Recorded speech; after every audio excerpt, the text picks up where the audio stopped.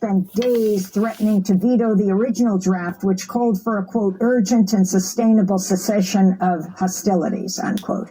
Instead, the watered-down resolution passed Friday called for steps to, quote, create the conditions for a sustainable cessation of hostilities, unquote. 13 members voted in favor, while the United States abstained.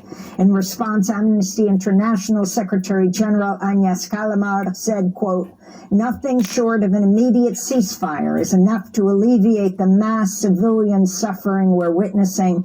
It's disgraceful that the U.S. was able to stall and use the threat of its veto power to force the UN Security Council to weaken a much-needed call for an immediate end to attacks by all parties, unquote. The Pentagon says it carried out 3 strikes on Iraqi territory early today at President Biden's direction in response to a drone attack on an airbase in Erbil that wounded 3 U.S. service members, 1 critically. The Iraq's government said the U.S. attacks killed 1 member of the Iraqi security forces and wounded 18 people, including civilians. It condemned the Pentagon's, quote, unacceptable attack on Iraqi sovereignty, unquote. Meanwhile, Turkey's military launched airstrikes in northern Iraq and Syria over the weekend, targeting bases, shelters, and oil facilities operated by the Kurdish PKK militia. The attacks came after the Turkish Defense Ministry said 12 of its soldiers were killed in northern Iraq in battles with PKK fighters.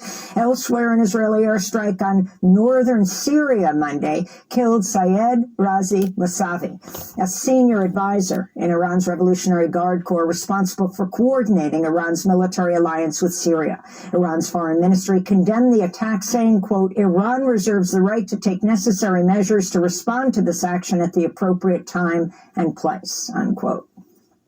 At the Vatican, Pope Francis condemned what he called the feudal logic of war during his annual Christmas Day message. Speaking from the balcony of St. Peter's Basilica, the Pope repeated his call on Hamas to release the 130 hostages held in Gaza and demanded Israel halt its unrelenting attacks. I plead for an end to the military operations with their appalling harvest of innocent civilian victims and call for a solution to the desperate humanitarian situation by an opening to the provision of humanitarian aid. May there be an end to the fueling of violence and hatred. Pope Francis's remarks came as Palestinian Christians in Bethlehem, the birthplace of Jesus Christ, canceled Christmas celebrations to mourn the more than 20,000 people killed in the Gaza Strip since October. After headlines, we'll speak with Reverend Munter Isaac, who delivered his Christmas sermon Saturday at the Evangelical Lutheran Christmas Church in Bethlehem, calling it Christ in the Rubble. Ukraine's military claims it has destroyed a Russian naval landing ship at a base in Russian-occupied Crimea and says it shot down 5 Russian fighter jets over recent days. This comes after Russia's military claimed it seized the front-line town of Mariinka in eastern Ukraine. On Monday, Ukraine celebrated Christmas on December 25th. For the first time ever, breaking from a Russian Orthodox Church tradition of celebrating the holiday in early January in alignment with the Julian calendar. In Kyiv, Ukraine's parliament is debating a bill that would lower the age of military conscription from 27 to 25, after the military said it needed up to 500,000 additional soldiers. Meanwhile, the New York Times reports Russian President Vladimir Putin has been signaling through intermediaries since at least September that he's open to a ceasefire that freezes fighting in Ukraine along the current lines. Russian opposition leader Alexei Navalny has been located at a penal colony in northern Siberia 2 weeks after his supporters and family lost contact with him when he disappeared from a prison camp outside Moscow. Spokesperson for Navalny says he resurfaced Monday at a penal colony nicknamed Polar Wolf in the town of Kharp in the Arctic Circle. We know for sure that in this new colony, his conditions would be even worse than they were before. But the thing is that this colony is very distant. It is very difficult to access it. And for lawyers, it will be very, very difficult to go there and to see Alexei. Protests are continuing in Argentina after newly inaugurated President Javier Milei introduced sweeping economic shock measures that has caused prices to soar. Milei is a far-right libertarian. Last week, he ordered a major deregulation of the national economy. Protesters have taken to the street despite threats from Milei to cut off government benefits to anyone who blocks streets.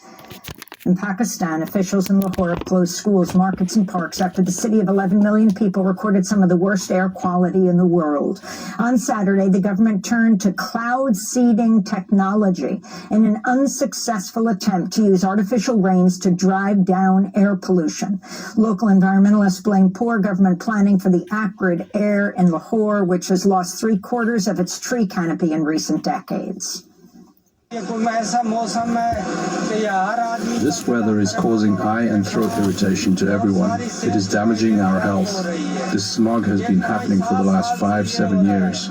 It did not happen before that. This is related to climate change. We ought to plant trees and keep our atmosphere clean. And here in the United States, a Colorado jury has found paramedics Jeremy Cooper and Peter Sachuniak guilty of criminally negligent homicide in the 2019 death of Elijah McClain, a 23-year-old black man who was walking home from the store when he was tackled by police, placed in a carotid hold, and later injected with ketamine. An expert witness testified there was no reason for the paramedics to give McClain the powerful sedative. They were also found to have failed to provide medical care to McClain after they drugged him and he lay handcuffed and unconscious on the ground. He suffered a heart attack in the ambulance and died in the hospital 3 days later. This was the last of 3 trials over the killing of Elijah McClain after one officer was convicted of criminally negligent homicide and assault and 2 other officers were acquitted. And those are some of the headlines. This is Democracy Now!, democracynow.org, The War and Peace Report. I'm Amy Goodman in New York with Democracy Now!'s Juan Gonzalez in Chicago. Straight bullshit, y'all.